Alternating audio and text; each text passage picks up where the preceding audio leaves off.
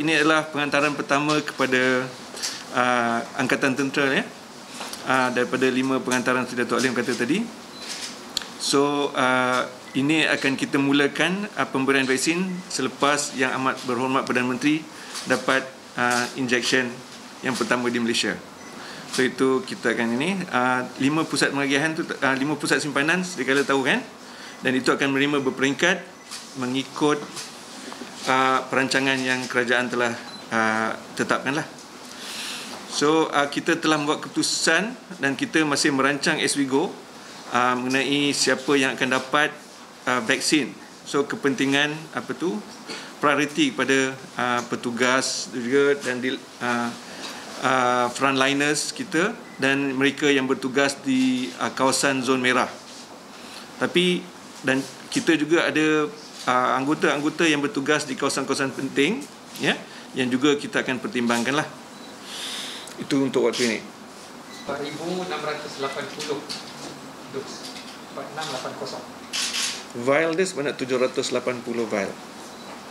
Ya, so 780 vial ialah kali dengan 6 lah.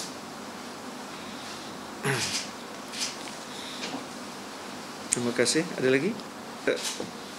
Spesifikan kita tidak akan spesifikan, tapi yang kita akan utamakan adalah petugas kesihatan ATM,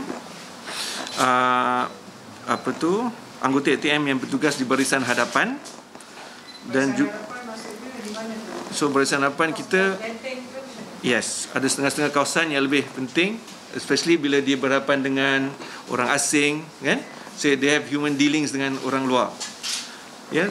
Juga anggota-anggota yang bertugas di zon merah ya, pasal tugasan hari-hari dia akan membuka mereka kepada, mendedahkan mereka kepada possibility untuk jangkitan lah ya. Selepas tu baru kita tengok di pusat operasi, markas formasi dan juga pusat formasi-formasi strategik di dalam ATM dan negara. Okey, kita boleh katakan yang apa kita ada ni kan, kita perlu yang second fasa bila tiba seterusnya nanti akan cover untuk apa yang kita bincangkan itu. So petugas kesihatan lebih kurang 4,000 lebih. Di barisan hadapan ada berapa ya? Itu macam masih perkhidmatan sedang okay, so basically kita lebih kurang macam petugas kesihatan kita itu 4,000 lebih ya. Yang lain-lain tu as perkhidmatan akan cadangkan kepada kita. Kita dah ada lah benda tu, tapi kita maybe tak payah beritahu tu kot. Belum ada spesifik statistik berapa ramai dia. Kita ada rough idea ini, kita bergantung pada perkhidmatan untuk meletakkan nama dia. Kita dah ada dah senarai itu ya, tapi kita for reasons yang kita tahu ini, satunya ialah kita pun tidak akan menyeraikan di mana diorang berada. Yang penting berada di mana, berapa orang yang penting, berapa tidak kan. Suffice to say that's how we will jalankan vaksinasi kita lah. Dewan perkhidmatan akan darat dan udara akan spesifik dan akan koop dengan bahagian perkhidmatan kesihatan.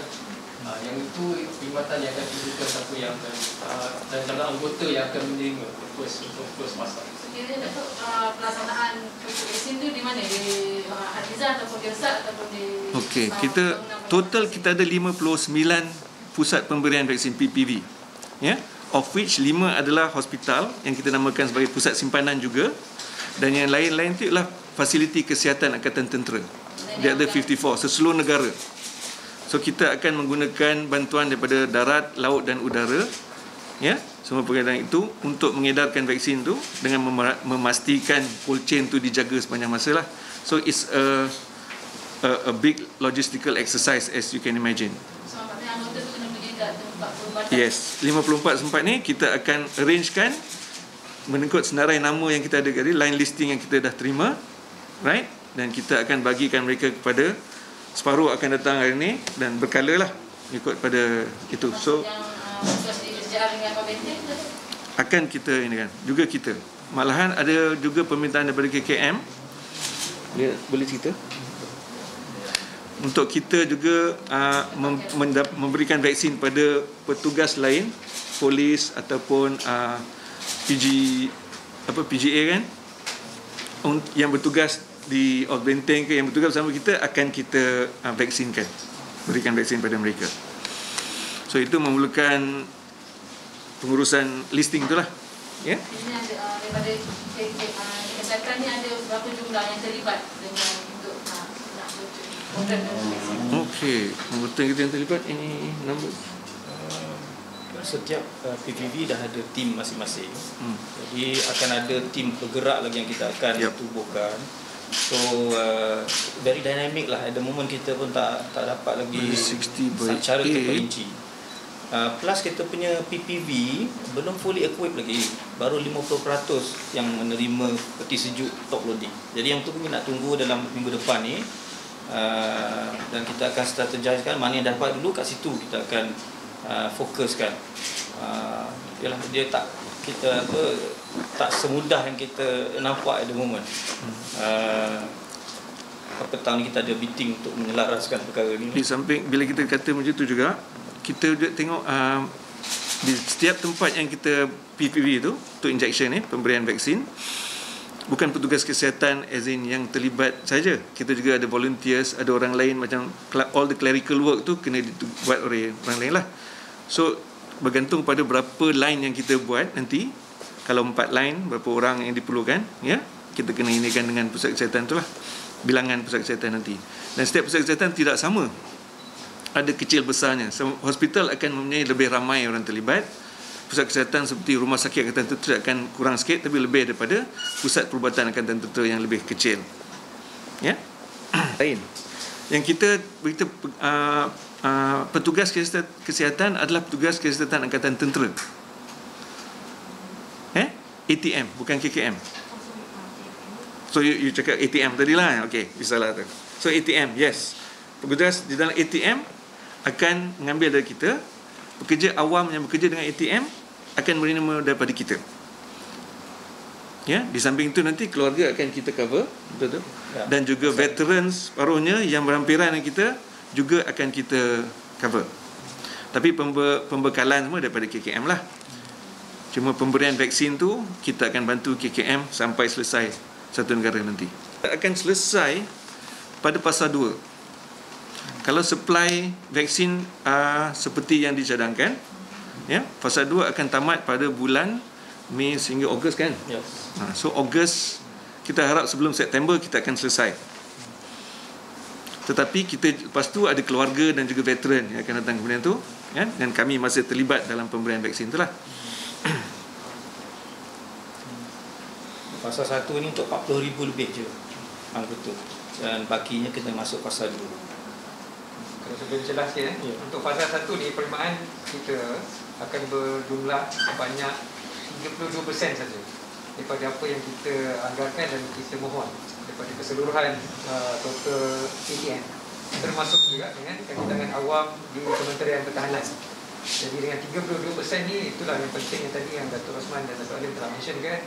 Keutamaan tadi tu pertamanya kepada petugas kesihatan ATM dan juga petugas kesihatan awam di dalam Kementerian Pertahanan.